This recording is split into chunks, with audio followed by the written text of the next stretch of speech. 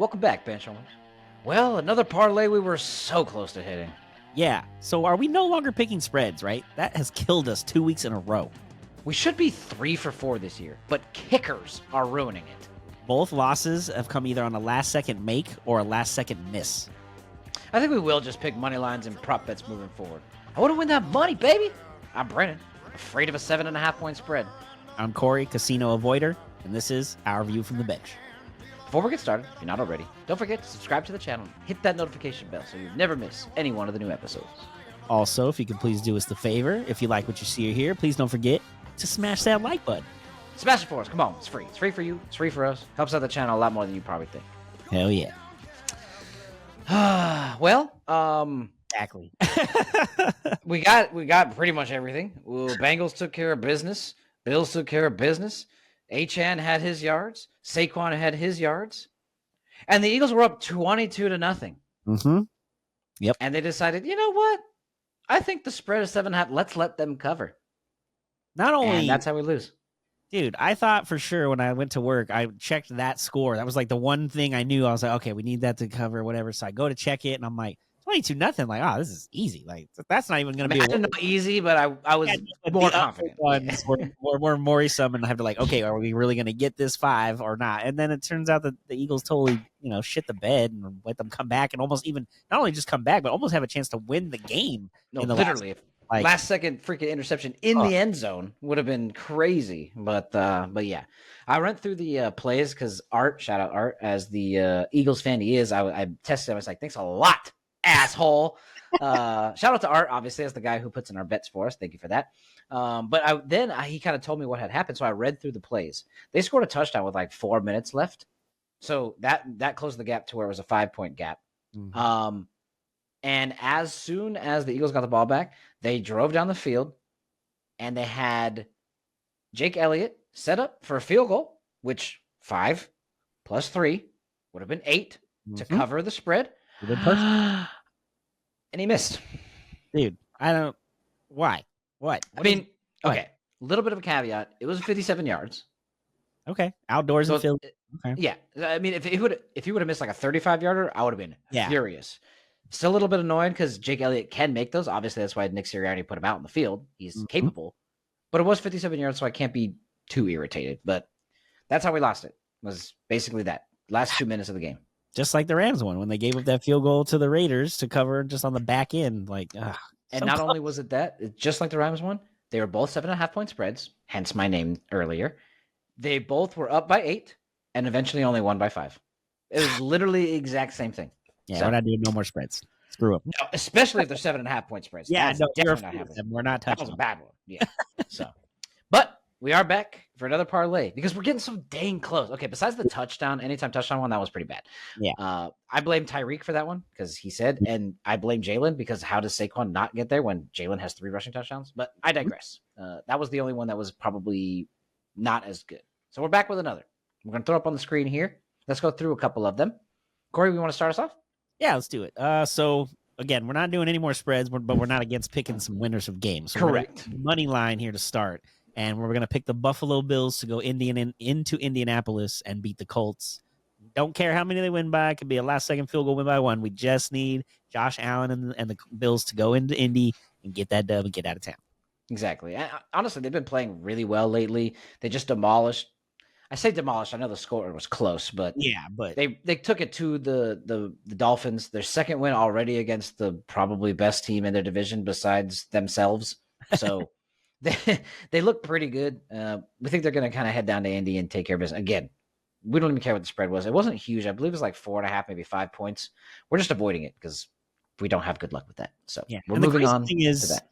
Going into the season, I thought Buffalo, after getting rid of all the weapons for Josh Allen, were not bad. Good, but they seem to survive by committee, I guess, instead of one guy that they're going to focus on with Diggs that they've had in the past. So it's working.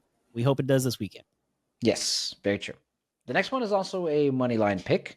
This one we're taking the Atlanta Falcons, who are coming off a nice win against the Cowboys last week, albeit it was at home. But they were able to honestly do work, so much so that Dak is on the sideline at the end of the game. Now, granted, he was hurt.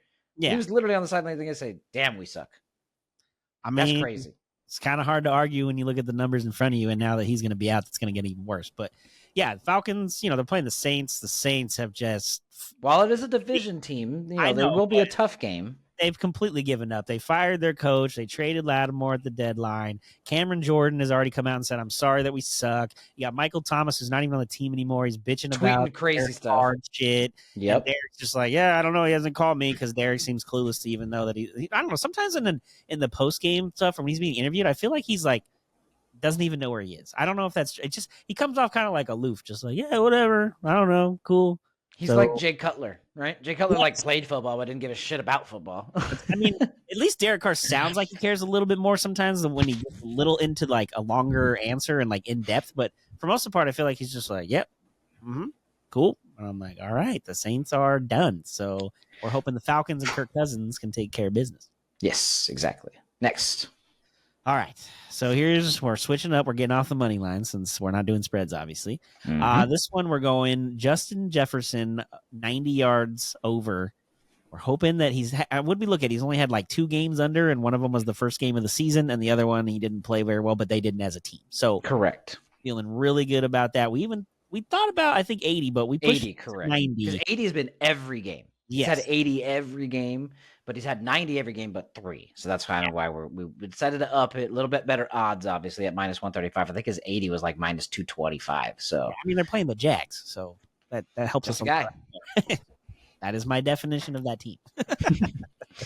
The next one is also a yardage one. We're going with a passing props one. This is probably the one that I'm maybe most nervous for, besides a Thursday pick, which we'll see in a second. And it's because they're playing the Steelers. We're taking Jaden Daniels over 225 passing yards. He's had that in every game except 2, but except the one he got hurt. Yeah. Which was his first one. And then his game last week when he just got back from the injury. So besides the injured one and his literal first ever career start, he's had over 225 yards in every passing game. We're hoping that he does it here. Steelers obviously do have a good pass rush, but he's got a decent amount of weapons, and hopefully he can get the ball out quickly. We're going 225 passing yards for Jaden Daniels. Yeah, and when we first looked at this, obviously I was totally on board. But then all of a sudden I was like, wait a minute. This rookie quarterback's going to go against Mike Tomlin, who's never had a losing record in 17 years. What is his record against rookie quarterbacks? And I know you looked it up. It was really good. It was like 28. 24-6. 24-6. Okay. But then you made an even better point, which I had not thought about. How many times do they play the Cleveland Browns where they're probably playing a rookie quarterback because they're just trying 8,000 quarterbacks every year? And that probably helps having to play them twice a year. So I thought, okay, maybe that does skew the numbers a little bit. So I agree with you there. And again, Jaden Daniels has been good against other good teams too. It's not like he's played all really bad teams and that's why he's good early. Like he's had a couple really good games where against good opponents. So yes, I think we're feeling good. I'm with you. This is the only one we debated 200 and 225, but I feel confident that, the Steelers are good, but they're not amazing or like, super good. It's more their pass rush and Porter Jr. Yeah, and if they stay away from Porter Jr. and the pass rush is too good, if he gets it out of the pocket quickly and they get the yak built up, he'll get the 225. So it doesn't mean he has to throw it down the field. Somebody's just got to catch it and run. So we're hoping for some yak against the Steelers. Jaden Daniels. Yes. Don't care who wins the game. Nope. Jaden Daniels, please throw it. Throw it. What's the last one? You take this one. It's your old homie. Yeah, says kind of my guy. So we debated this because we want to do a score, anytime touchdown kind of thing at some point. But we debated this because it's a Thursday night Henry. Because we thought, well, if we do Thursday and it's not met and it's off, then the whole weekend is shot. We don't even get a chance to like enjoy Sunday and like hope we can win. So exactly. But there was nobody else that really like made us feel good. Like we talked about, if we're gonna do this, we have to have a reason to do it and feel good about it. Just, let's try it. Derrick Henry scoring a touchdown. That's what he does. I think he's scored like 8 or 7 out of their 9 games so far. Yep. He's honestly still Derrick Henry in his prime and he was in Tennessee. He hasn't lost a step, it seems like, considering how old he is. But if they get on a goal line thing, we don't have to worry about no tush push. Derrick Henry's getting that in there. Exactly. The Bengals also have given up 12 rushing touchdowns, which is only behind the Panthers and the Cowboys, who have 15 and 13 respectively. Damn. So they are tied for the 3rd most rushing touchdowns given up. And if there's anything that the Ravens do well, now while I want Zay to score, because that would be fantastic for our fantasy team, of course, if there's anything the Ravens do well is run the ball. So that's what we're going for. Wrapping up this I Got 5 with a Derrick Henry anytime touchdown. And by wrapping up, I mean kind of starting. Yeah, the freaking I Got 5 with the Derrick Henry touchdown. So Very true. Don't ruin it for us, Derek. Please just at least get in so we can start this parlay off well. We don't wait 2 days to waste time for nothing. Yeah, true. So that is where we stand with that. Wait, oh shoot, actually, I'm sorry. We actually have some breaking news. Let's send it out to Corey and Brennan.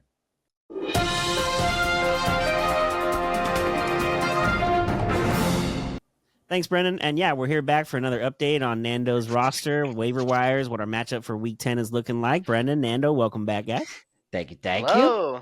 Excited to be back, especially off a fresh win from last week. So looking at 5-4, feeling good. We do have a tough matchup this week, though. Let's go over what we did get successfully for the waiver wire first before we get to the matchup, of course. Nando, what did we get? We got everybody, right? No. We didn't even get 2 people. We got 1 person out of the 3. We got Hunter Henry, which we needed, so it's fine. Yeah. Sure. It is the only thing that we needed was a tight end. The rest were things that we'd hope to have. Because what kind of help do we always need, Brendan? We need receiver help, Brendan. I'm Brendan. We need receiver help, Nando. Yes, Nando, for sure. And it's just very beneficial that we got Hunter Henry for sure now, though, so we can fill in the tight end position. It's sad that for the next weeks we're gonna have to be digging for scraps again, but hopefully these next trades or anything else goes through. You know what? Considering how much we've had to grab off of the heap of trash every week in waiver wires, we're 5-4. We're at a chance to get into the playoffs, so it could be worse. We're not the worst team. We've had a couple good weeks. We just had a couple bad early, but again, you're learning. We're figuring things out, and now we're pretty solid on most spots. But besides wide receiver, that's the one we're playing with every week at this point. Yeah. And obviously, bye week with tight end this week, so your boy Bowers isn't here, but we'll be okay. I know. He's like dang near old reliable with with Chris Boswell kicking, you know what I mean? So, but yeah, we didn't get any of the receivers that we were looking for. However, we do every opportunity we get scrounge the waiver wire for more. And we see that based off what waivers had transpired for other teams, there was a receiver that we're willing to try to take a gamble on. Unfortunately, the way this league works, once it's dropped, it's back to the waiver wire, so it's not like we can officially pick him up. But we've got a waiver for, Nando, break it down for me. Josh Downs, let me tell you, he's going to bring it down. No, bring it up. Bring it up. Yeah. Yes. Who are we dropping so we are dropping him for Deontay Johnson. Johnson isn't a bad player. He showed us early in the weeks when he was on the Panthers that he actually can play, and he has lots of targets already there. But ever since he moved to Baltimore, you kind of can't. He's learning the plays now. He's not even been involved in the games fully yet. Yeah. And it's just now wondering if he's going to play or if he's just going to sit back and wait. And when it comes to fantasy football, we don't want that. We ain't got time to wait. Great point. Only other thing, Corey, if you want to add to it, we kind of already have a guy from the team, too. That doesn't really help the case of keeping him. Yeah, we've mentioned this before. We don't like to have a lot of players on the same team because if they have a bad game as a group, then our team in general is basically screwed. So we like to have a little more spread out. And Zay Flowers is the better wide receiver of that group, and that's the guy we have. So he's going to be our most consistent guy, hopefully, moving forward. And Nando made a good point. Like, Deontay's coming in as a trade. He's got to learn the playbook because it's a completely different style going from Carolina to who knows who's playing quarterback to Lamar Jackson and Derrick Henry being the two main cogs in the offense, and having to kind of fit your way in when you didn't have a camp or a chance to really do that for a long period of time. So I agree with Nando. It was a good idea at the time, but now with as many, if he would have been traded to like Pittsburgh or somewhere else where they or Houston or even Kansas City would have been great. Go to him every day and every play will be fine, but there's just too many guys that are better than him in Baltimore, and he's not the number one guy, so it just makes sense for us to drop him. And we've already got our lineup set for the week, so this doesn't affect anything as far as that goes. It's more of a down the line thing that we're just kind of thinking, because again, we always need wide receiver help. Yeah, and one of the big things is that if we were able to get Josh Downs, he is not on the dreaded week that Nando's been looking forward to. Nando, what week is it again? Week what? 75. Week 15, of course. What do you... Actually, week 16, the game is not decided just yet. No. It's what, Nando? Your bye week problem. Come on. Week 12. Like My 12. gosh, this Sorry, guy. guys. He's been planning about week 12 for weeks It's now. not a bye and week. when I It's ask not a him bye about it, he week. doesn't want to talk about it. We got a lot of bye weeks in week 12. You know what? You asked of him our about it, starters. he was on a bye week, so he couldn't answer. Oh, that's right. That's true. Yeah. Yeah, like 5 of our starters are bye weeks, and he does not have a bye on in week 12, so it would also help there. So yeah, more down the road. It's not necessarily affecting this week, but we're always trying to add help. Always trying to add help. So, speaking of this week, let's head to that. This will be the matchup that we've got going into week 11. No, week 10. Sorry. Week 10. I forgot. I never know the weeks. In case you haven't been following, I'm either way behind or obviously now I'm ahead. I don't even know what week we're in. So we're going into week 14. And might as well. I don't even know what week we're in. So week 10, NFL week 10. Here we go. So this is what we got going here. Obviously plugged Hunter Henry in. Probably not going to get as much production as we get out of Brock Bowers. We're right now projected to lose by about 7 points. His team is stacked, dude. Honestly, we've been talking about it all week. It's the Eagles-Cowboys game that I'm hella nervous for. Dude's got AJ and Saquon and Eagles defense. So, and the way the Cowboys have been playing, dude, and the way the Eagles have been playing, it's not going to look too pretty for us. We're just hoping. I've never been a bigger Cowboy fan in my life, to be honest with you. I'm sorry, Art. I'm sorry. You guys could win the game, to be honest with you. I don't care. You win 10-9. Yeah, we just don't need a lot of points scored by the Eagles and going crazy. Don't care who wins. Their defense can pick 6 5 times. That's fine. I don't care. No, he has the defense. Oh God, he has a defense too. That's what I'm saying, bro. Like there just needs to be a low-scoring game. So we want the Cowboys to score a lot and win. Yeah, that's fine. No, I don't care if they win. Don't care. Have Jalen Hurts get 3 rushing touchdowns instead of the Saquon, like when we played, like when we did the parlay, the touchdown parlay. Let's have that. Jalen Hurts can score all the points himself. There you go. This guy's stacked. This guy's team is stacked. So I'm super nervous about the Eagles game. Other than that, it's just a generally decent team. It's not crazy. One of the counterpoints, and Nando was looking at it, Devontae and Garrett. So it's Aaron Rodgers' 2 best targets, and we're playing them. So we're hoping. I mean, obviously Garrett Wilson did work last week. Nando, is Devontae going to do something, or are you going to switch him out last second and maybe play Brian Thomas?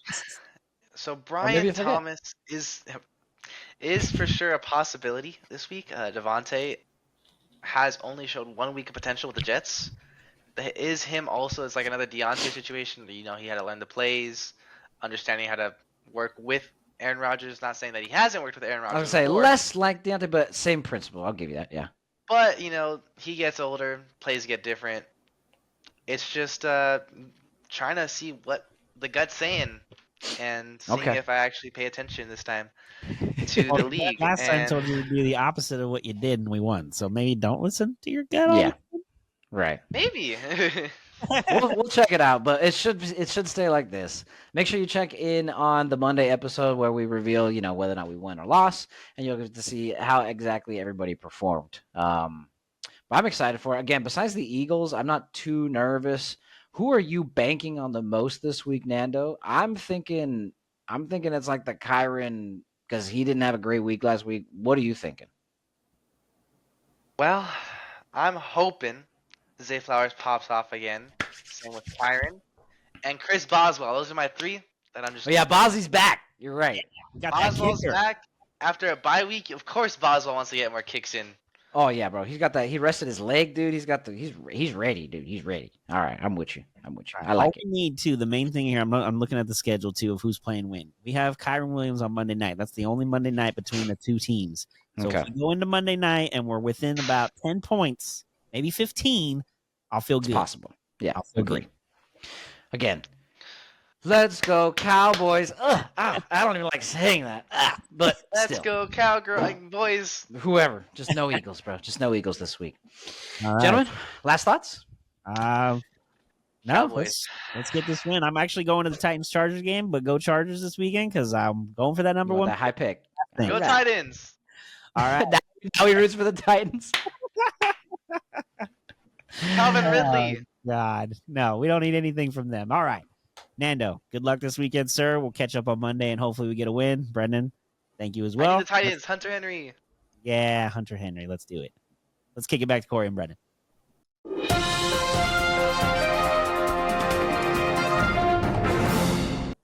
Thank you very much, Corey. Man, that fantasy team's looking pretty good. Again, wanting Zay to score. We definitely need Derek to score too, because this parlay would be pretty lame if it ends on Thursday.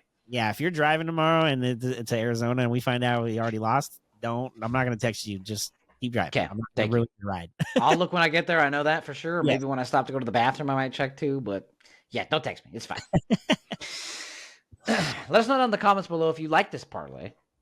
Or do you think we are not very good at this and we should probably quit because we're wasting our time and our money and we're wasting your time? Because we don't want to do that. No, I don't want to waste anybody's money. We won the first week and now we've almost lost all the money we won. Like we're kind of back to square one if we don't win this weekend. So we're getting a little bit closer. We did win like $80, so that does give us some leeway for up to 6 or 7 weeks. And we're getting so dang close. That's why it's more irritating. Honestly, we probably would have given up if everyone was like the anytime touchdown where we're missing 2 or 3 out of the 5. Well, then who cares? But last second field goals or last second misses is what's not covering spreads. Now, we're going to get this down to where we know the formula that works for us and hopefully works for you. And if you got any better bets you think than we have, share them on. Let's go. Let us know in the comments. Tweet at us, Instagram at RVUFTB. Let us know whatever you guys got. We're trying to get some wins.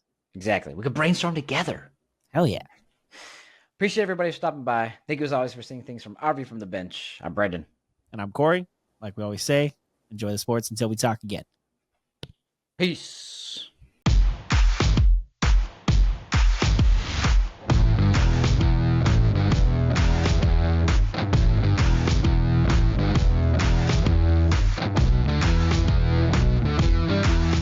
This was a Sycamore 4th Studios production.